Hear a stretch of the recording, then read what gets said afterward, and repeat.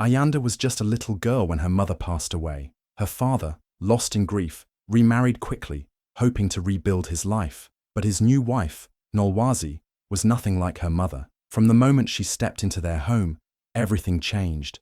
Ayanda was no longer a daughter, she was a servant. While Nolwazi's own daughter wore the finest clothes and ate the best food, Ayanda scrubbed floors and slept on a thin mat in the corner.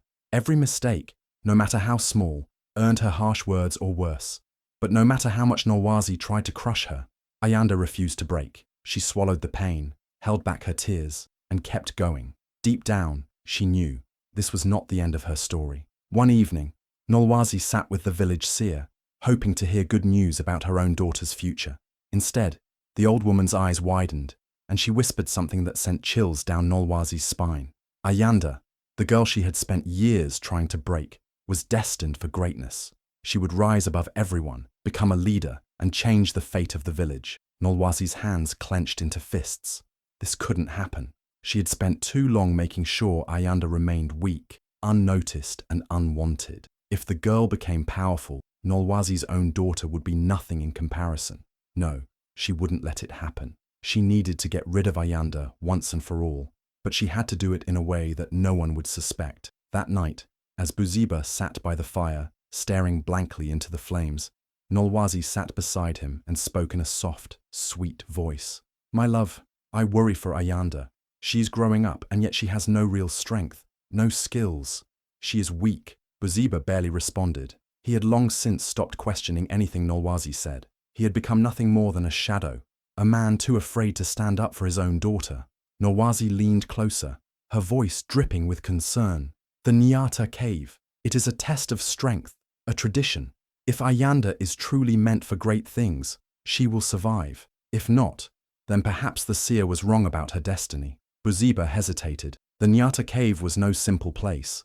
It was filled with darkness, swarming with creatures that no one dared to face. No one who entered had ever come out alive. He knew this. Nolwazi knew this. And yet, she made it sound so reasonable, so necessary. "She will be fine," Nolwazi pressed on, her hand resting gently on his arm. "If she is strong, she will return. If not, then perhaps she was never meant for this world." Buziba looked away. A small voice in his heart screamed at him to say no, to protect his daughter.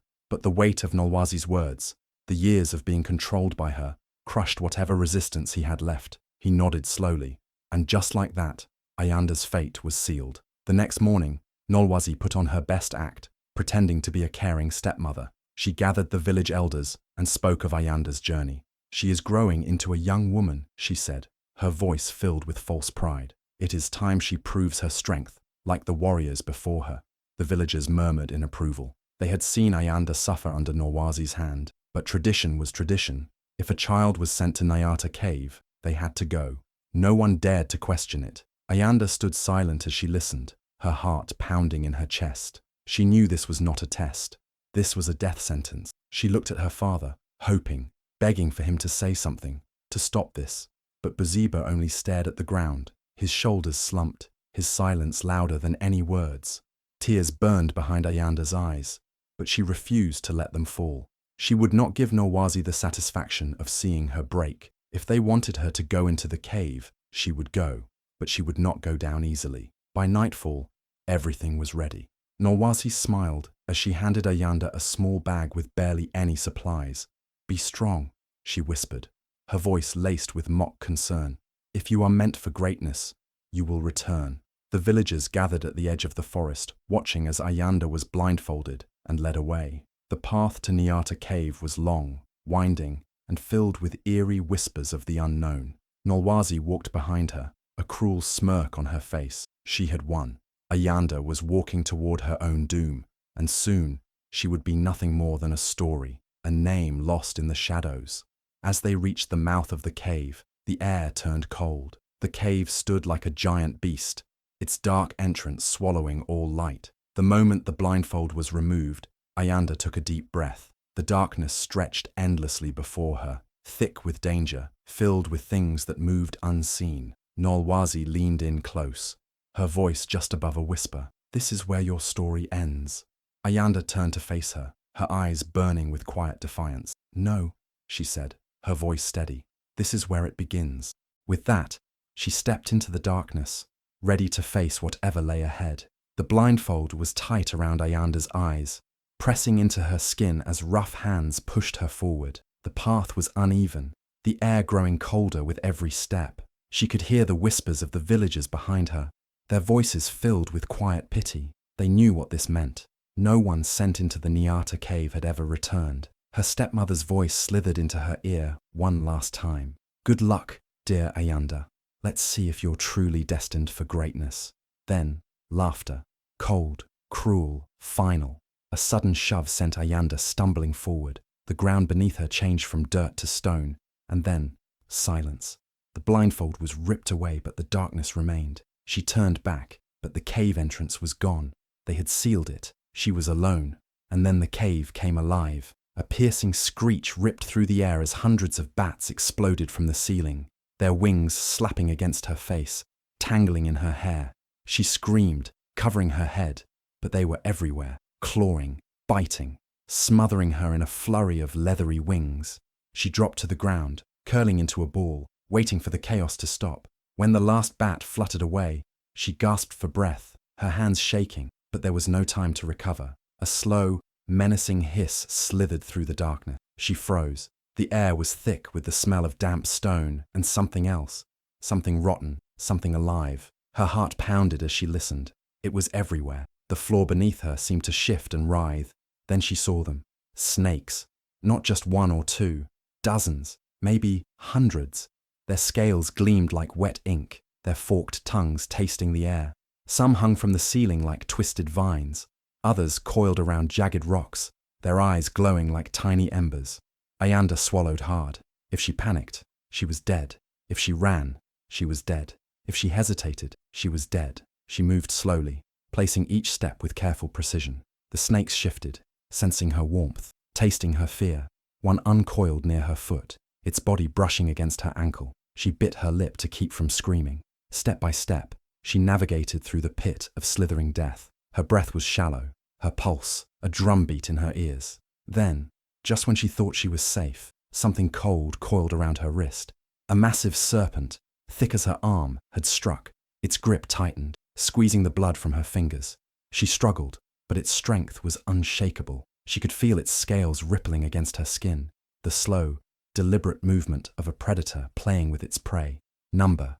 She would not die here. Her free hand shot forward, grabbing a sharp rock from the ground. With all her strength, she slammed it against the snake's head. Once, twice, again and again, until the grip loosened. She tore her hand free, gasping as she stumbled backward. She was shaking, but she was alive. The cave wasn't done with her yet. A distant growl echoed through the tunnels. It wasn't a snake. It wasn't a bat. This was something bigger, something that hunted. She ran. Her feet pounded against the uneven ground as the growls grew closer. The air felt heavier, the walls pressing in. She didn't know where she was going, only that she had to move. The darkness was suffocating, but she refused to let it swallow her. Then, out of nowhere, light. A faint, eerie blue glow seeped from the cracks in the stone. She stumbled into a massive chamber, its walls covered in strange symbols, ancient carvings that pulsed like they were alive. She had no time to wonder what they meant. A shadow moved in the corner. The growl was no longer distant. It was here.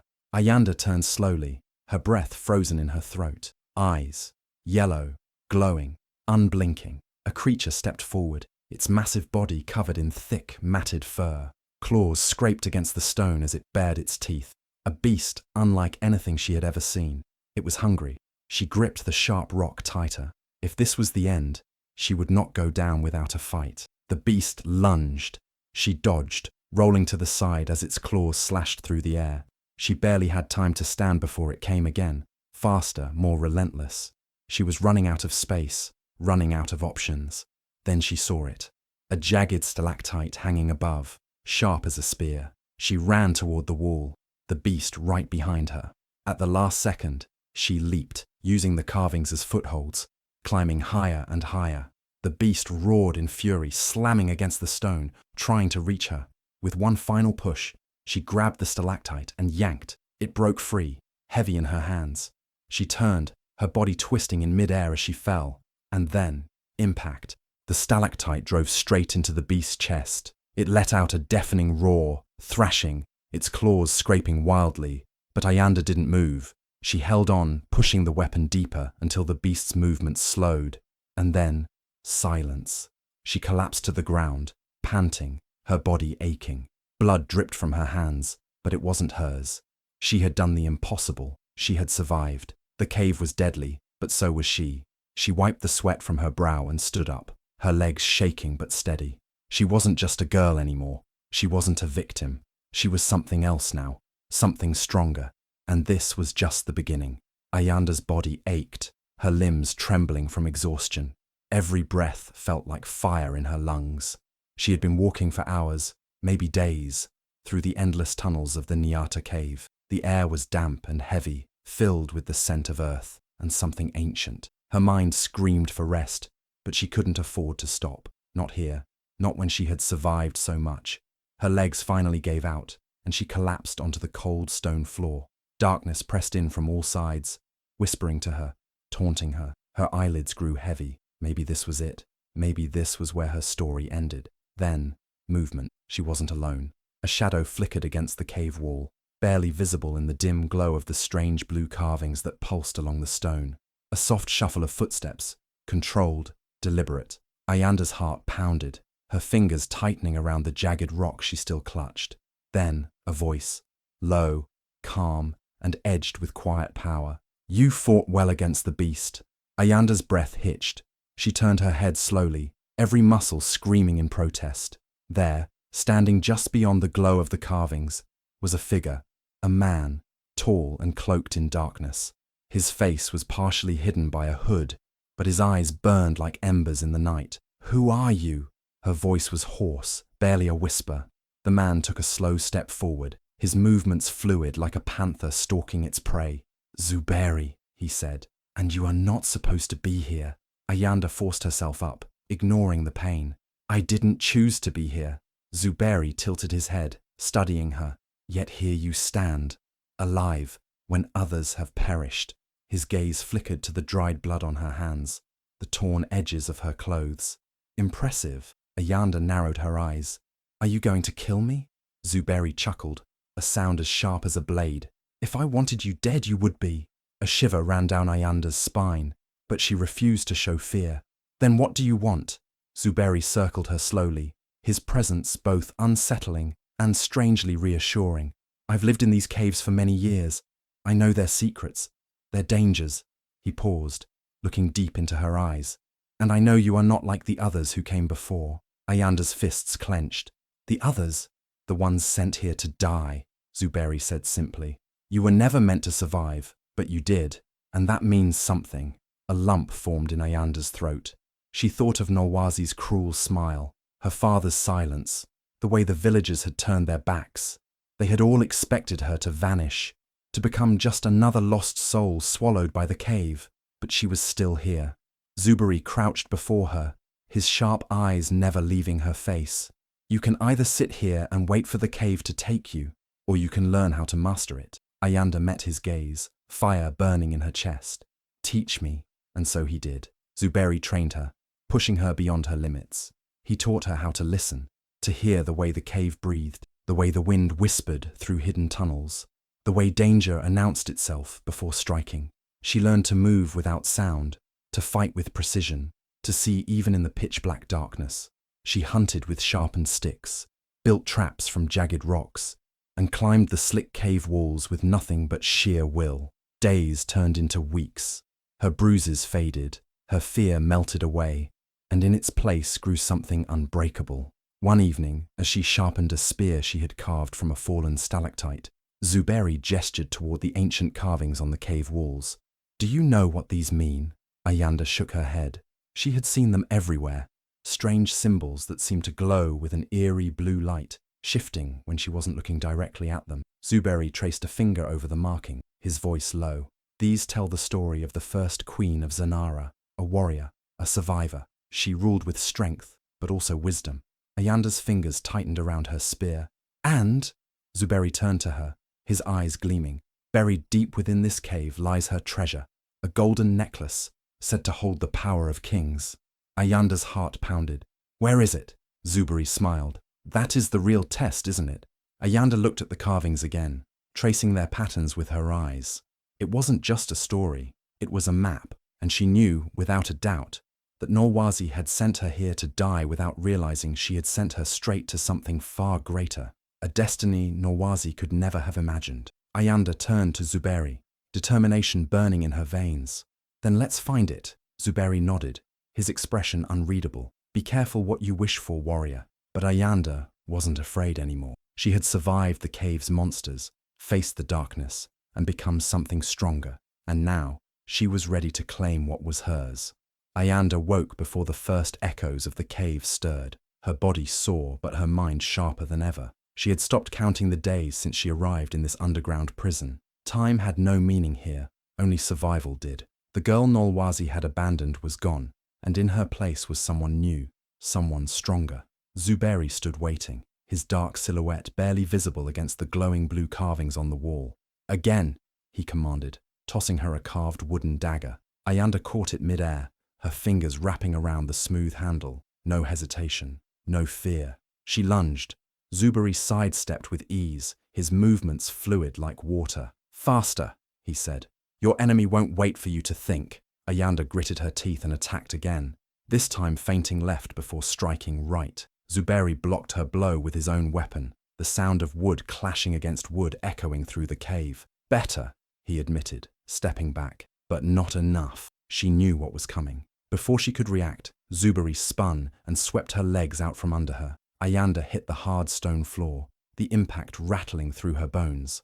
Get up, Zuberi said, his voice unyielding. Ayanda exhaled sharply and forced herself to stand. Pain was nothing. Weakness was a choice.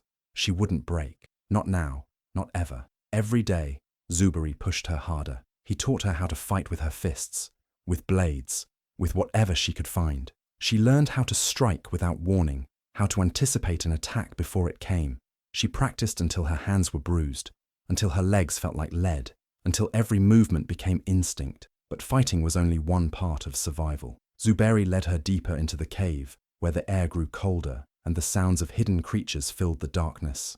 Hunger will kill you faster than any enemy, he said, handing her a sharpened stick. Tonight you hunt. Ayanda's stomach growled. She hadn't eaten in 2 days. She had no choice but to learn. She crouched behind a jagged rock, listening.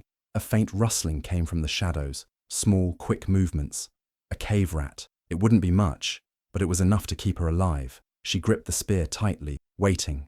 1 heartbeat, 2. Then she struck. The spear found its mark. The rat twitched once, then went still.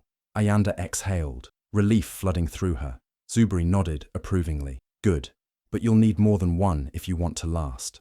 And so, she did it again and again. She learned how to move without making a sound, how to blend into the darkness like a shadow. Soon, she wasn't just hunting, she was thriving. But the cave was still a place of danger. One night, as Ayanda sharpened her blade, she heard a strange clicking sound. It was faint at first, almost like the whisper of the wind, but then it grew louder, closer. Zuberi tensed beside her. Don't move! Ayanda's grip tightened around her weapon as she spotted them. Spiders, their black bodies glistening in the dim light. They were massive, their legs long and sharp. Zuberi moved first, slicing through the nearest one with a single, clean strike. Ayanda followed his lead, her blade cutting through the air with newfound precision. The spiders swarmed, but Ayanda did not falter. She ducked, rolled, and struck with deadly accuracy. Her training had taken root, and for the first time, she fought not just to survive, but to win. When the last spider lay twitching on the ground, Zuberi studied her. You're ready. Ayanda met his gaze, her breathing heavy. For what? Zuberi gestured toward the deeper tunnels. For the real test. They traveled for hours, deeper than Ayanda had ever gone before. The air grew thick with something ancient, something powerful. The carvings on the walls pulsed brighter now, their glow lighting the path forward. Zuberi stopped before a massive stone door.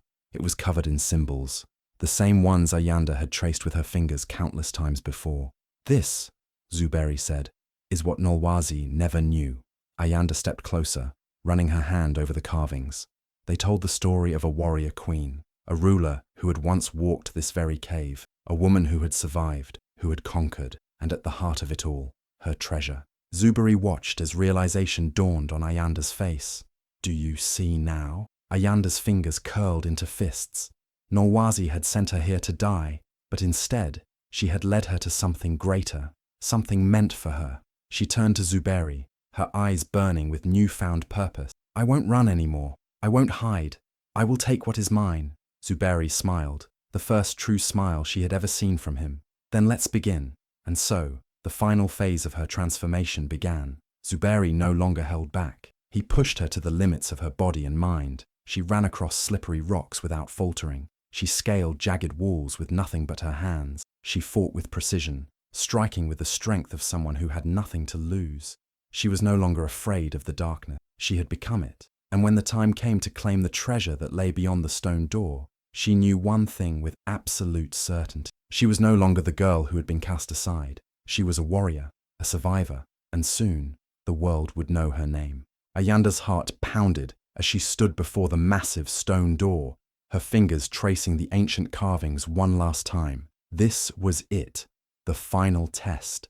Zuberi stood beside her, silent but watchful. The treasure of the first queen of Zanara lay beyond this door, waiting for the one strong enough to claim it. With a deep breath, Ayanda pressed her palm against the center of the carving. A low rumble filled the cave, dust spilling from the cracks as the door slowly began to shift. The weight of centuries groaned against the stone as it slid open, revealing a chamber bathed in a golden glow. Ayanda stepped inside, her breath catching at the sight before her. The room was unlike anything she had ever seen.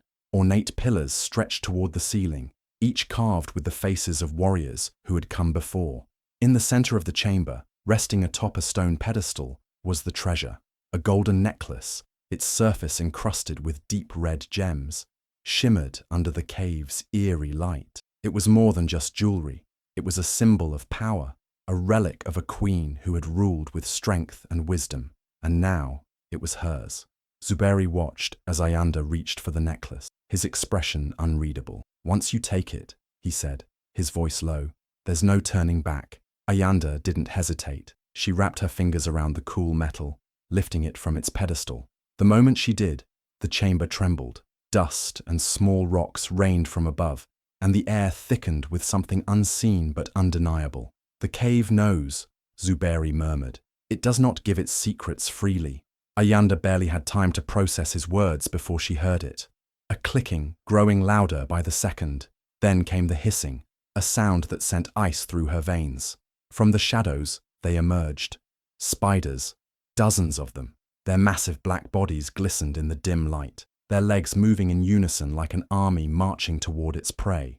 Their eyes, small and soulless, locked onto Ayanda with chilling intent. Zuberi unsheathed his blade. We have to move, now! But Ayanda didn't move. Not yet. Fear should have gripped her. The girl Nolwazi had sent into this cave would have screamed, would have cowered in terror. But that girl was gone. She had fought for this moment, bled for it, starved for it. She wasn't leaving without a fight. With a swift motion, she slid the necklace around her neck, feeling its weight settle against her skin. Then, she gripped her dagger tighter and charged. The first spider lunged, its fangs bared, but Ayanda was faster. She dodged to the side and drove her blade into its body. A sickening crunch filled the air as it collapsed, its legs twitching violently. Another came from behind. Ayanda spun, slicing through the creature's leg before driving her foot into its side, sending it skidding across the stone floor. Zuberi fought beside her, his strikes precise, calculated. But for the first time, he wasn't leading the fight. Ayanda was.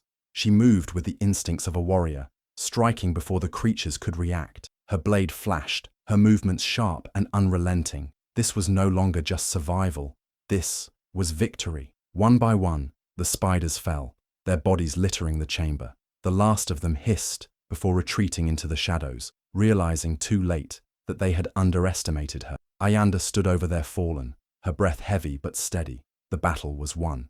Zuberi wiped his blade clean, studying her with something that looked almost like pride. You fight like a queen, he said. Ayanda lifted her chin, the fire in her eyes burning brighter than ever. That's because I am one. Without another word, they turned toward the exit.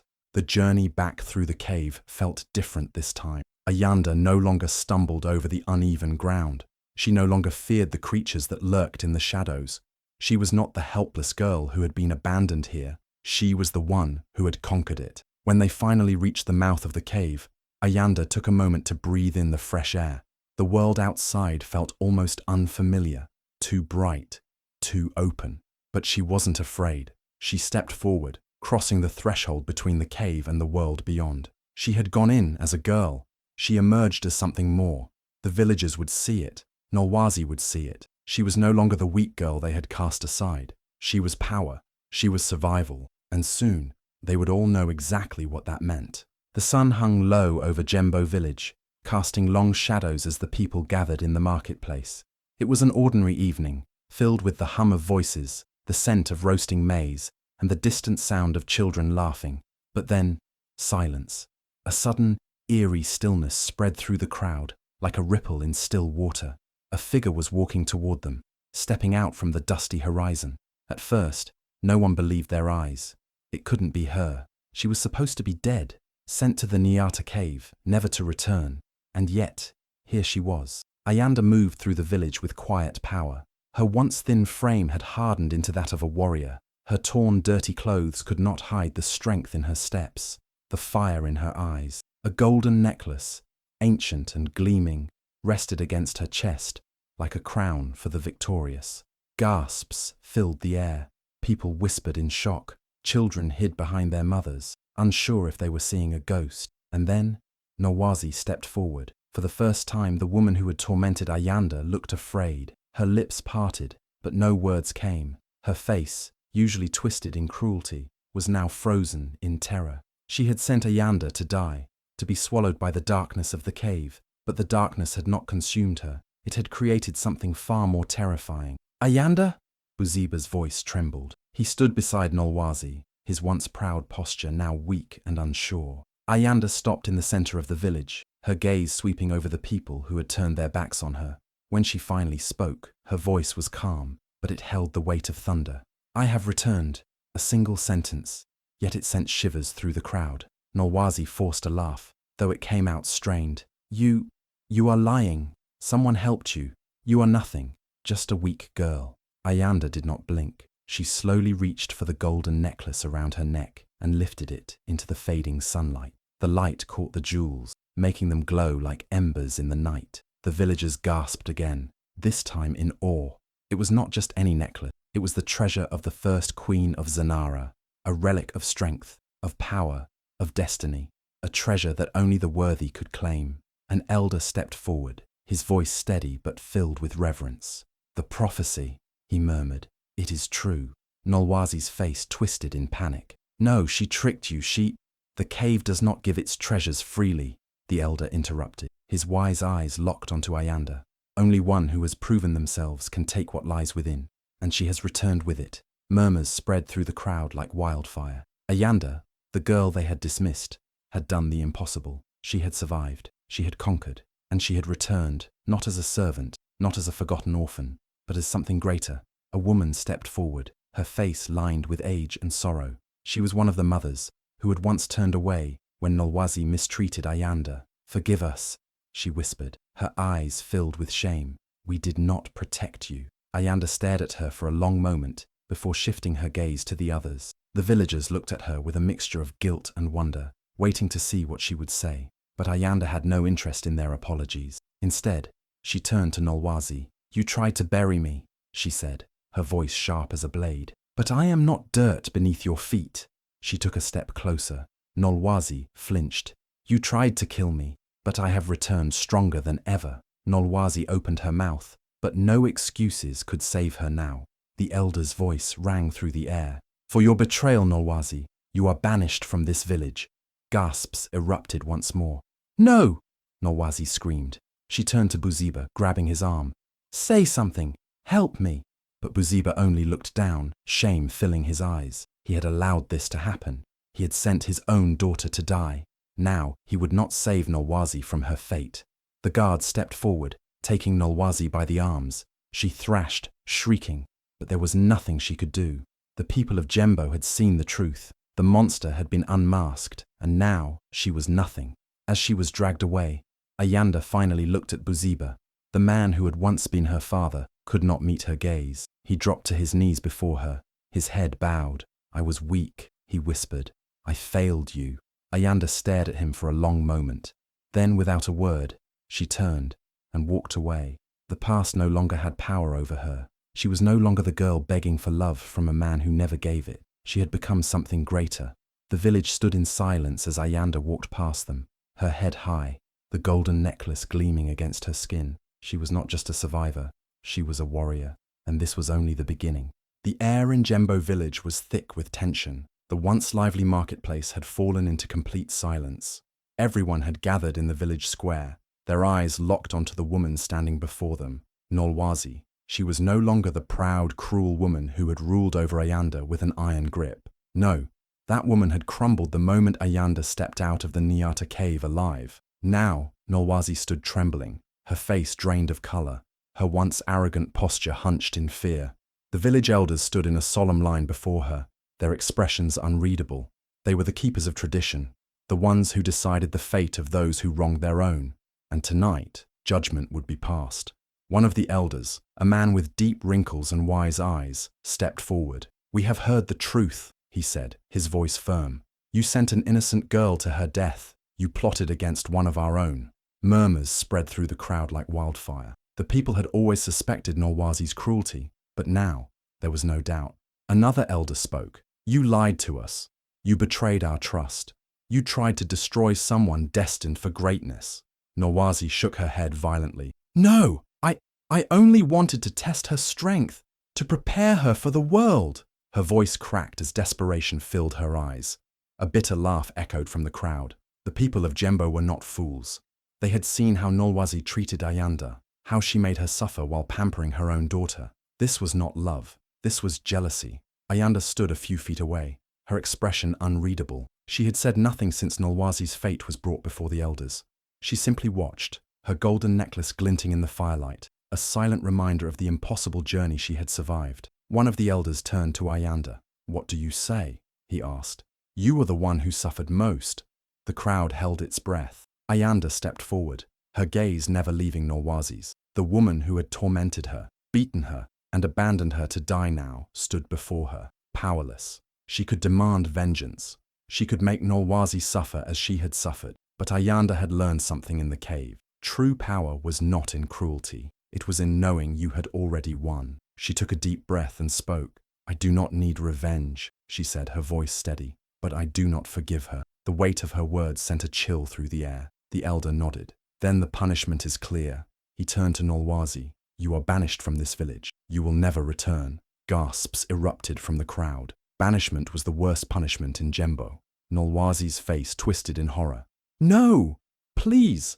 I have nowhere to go." The guard stepped forward, grabbing her arms. She fought, but it was useless. "Buziba!" she screamed, her voice filled with terror. "Help me!" All eyes turned to Ayanda's father. He had been silent throughout the trial, his face a mask of shame. He had let Nolwazi rule over him, let her send his own daughter to death, and now she was calling for his help. But Buziba did not move. He only lowered his head, his hands trembling. He had made his choice. Nolwazi shrieked as she was dragged through the village gates, her screams echoing into the night. And then, silent, she was gone. The village let out a collective breath. The nightmare was over. Buziba, still on his knees, turned to Ayanda. His eyes were filled with tears, his face lined with regret. "My daughter," he whispered. "I was weak. I failed you. I should have protected you." The villagers watched in silence. Many of them had ignored Ayanda's suffering, but none as much as Buziba. He had let Nolwazi abuse her, let her suffer alone, and now he begged for forgiveness.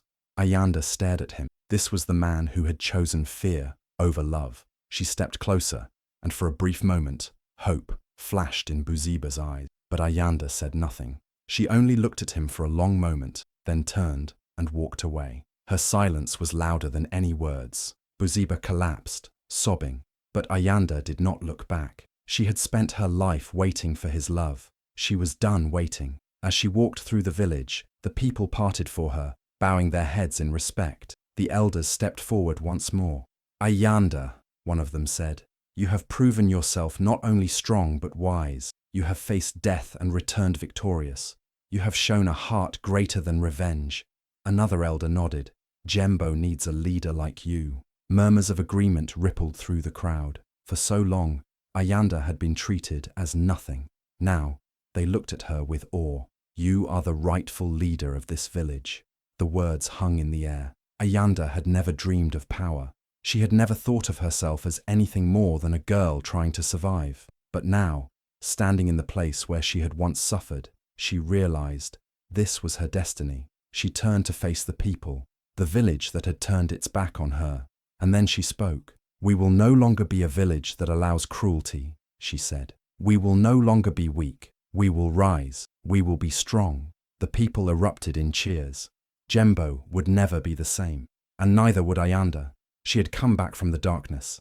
Now she would lead them into the light. Zanara City was nothing like Jembo. It was vast, powerful, and filled with towering stone buildings that stretched toward the sky. The streets bustled with merchants, warriors, and scholars, each carving their own path in the grandest city of the land. This was where destinies were shaped, where the strong became legends. And now Ayanda had arrived, not as a helpless girl, but as a warrior. She walked through the golden gates, her presence commanding attention. The scars on her arms, the hardened look in her eyes, and the golden necklace around her neck told a story that spread like wildfire. Whispers filled the streets. That's her, the girl who survived the cave. She defeated Norwazi, uncovered the lost treasure, and now she's here. She's no ordinary warrior. She's something greater. Ayanda ignored the murmurs. She had not come for fame. She had come with a purpose. With the treasure she had taken from the cave, she purchased land near the city's center. It had once been an abandoned training ground, long forgotten and covered in dust. But Ayanda saw something in it, a future. She rebuilt it with her own hands, stone by stone, until the ruins became a fortress, a place where no girl would ever have to feel powerless again. At first, they came in small numbers, young girls with bruises on their bodies and fire in their hearts. Some had been abandoned, others mistreated, all of them seeking something they had never been given: strength. Ayanda trained them the way Zuberi had trained her. She taught them how to fight, not just with their fists, but with their minds. She showed them how to hunt, how to track, how to move like shadows in the night. She made them warriors. The whispers turned into legends. Word spread beyond Zanara. Warriors from distant lands came seeking Ayanda, wanting to learn from the girl who had defied death itself. Seasoned fighters, king's guards, and even the city's own soldiers stood in awe of her skills. One day, a man dressed in royal armor arrived at her gates.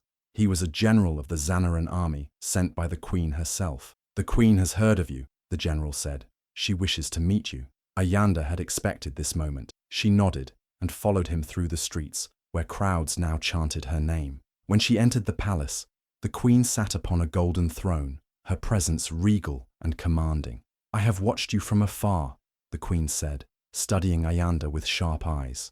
You are not just a warrior, you are a leader. Ayanda did not bow. She stood tall. I do not seek power, she said. I only seek to make sure no one suffers as I did. The queen smiled. And that is why you will rule. Ayanda frowned. Rule. The queen stood, stepping closer.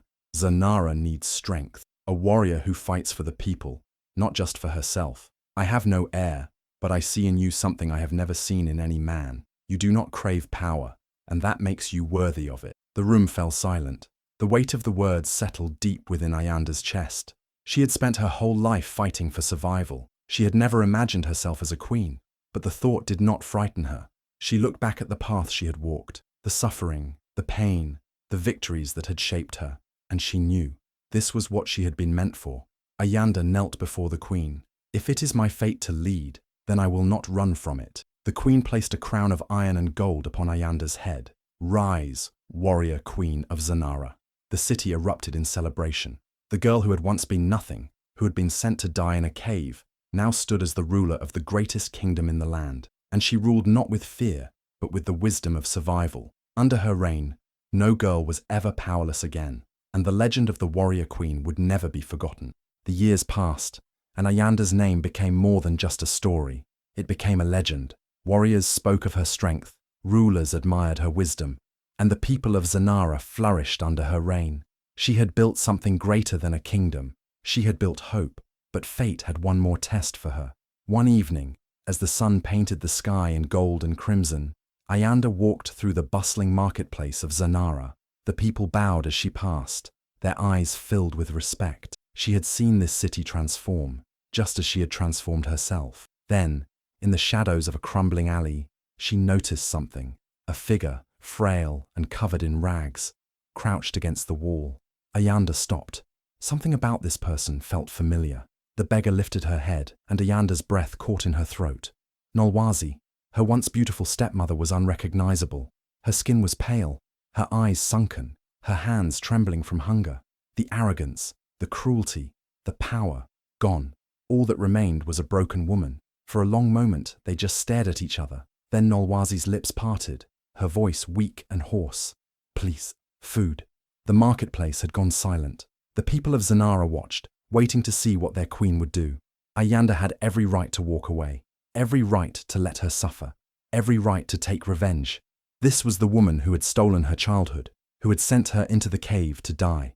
She had caused pain without remorse, had cast Ayanda away like she was nothing, and now she was here, begging at her feet. The past rushed through Ayanda's mind. The nights she had gone hungry, the times she had cried herself to sleep, the moment she had been left alone in the darkness of Nyata cave. She could hear Zuberi's voice in her head. The greatest warriors are not the ones who destroy, they are the ones who choose who they become. Ayanda exhaled slowly, then turned to the nearest merchant. "Bring food," she commanded. Gasps rippled through the crowd. Nolwazi's eyes widened, as if she could not believe what she had just heard. Moments later, a plate of warm bread and roasted meat was placed in front of her. Ayanda crouched down, pushing the food toward her. Nolwazi hesitated, then snatched the plate and began eating desperately, her hands shaking as she stuffed food into her mouth. Ayanda did not speak, she simply watched. A part of her wanted Nolwazi to look up, to say something, to apologize, to acknowledge what she had done, but she never did. She just ate, as if nothing else in the world mattered. Ayanda could have demanded an apology. She could have forced Nolwazi to beg for forgiveness, but she didn't. She had already won. She had survived. She had thrived. And Nolwazi had destroyed herself. Revenge would have been easy. Kindness was harder. Ayanda stood, her voice calm yet strong. "Go," she said. "You are free to leave." Nolwazi did not thank her. She simply took the food and disappeared into the streets. Just another forgotten soul swallowed by time. Ayanda turned and walked away. The people of Zanara watched in awe, their respect for their queen growing even stronger. She had not just won against her enemies, she had risen above them. As Ayanda returned to her palace, she looked at the city she had built, at the warriors she had trained, at the lives she had changed. This was her victory. She had proven that no darkness, no cruelty, no betrayal could ever break her. And as long as she stood, no one, no girl, no boy, no soul, would ever feel powerless again. The legend of Ayanda, the warrior queen, would live on forever. Ayanda's story is more than just survival. It's proof that strength is built in the darkest places. She didn't seek revenge. She didn't let hate define her. She rose, she conquered, and she became unstoppable. Now it's your turn. No matter what they've done to you, no matter how hard they tried to break you, stand up, rise. Show them that nothing can destroy the fire inside you. If this story moved you, don't just scroll away. Like, share, and subscribe. Let's spread the power of resilience together.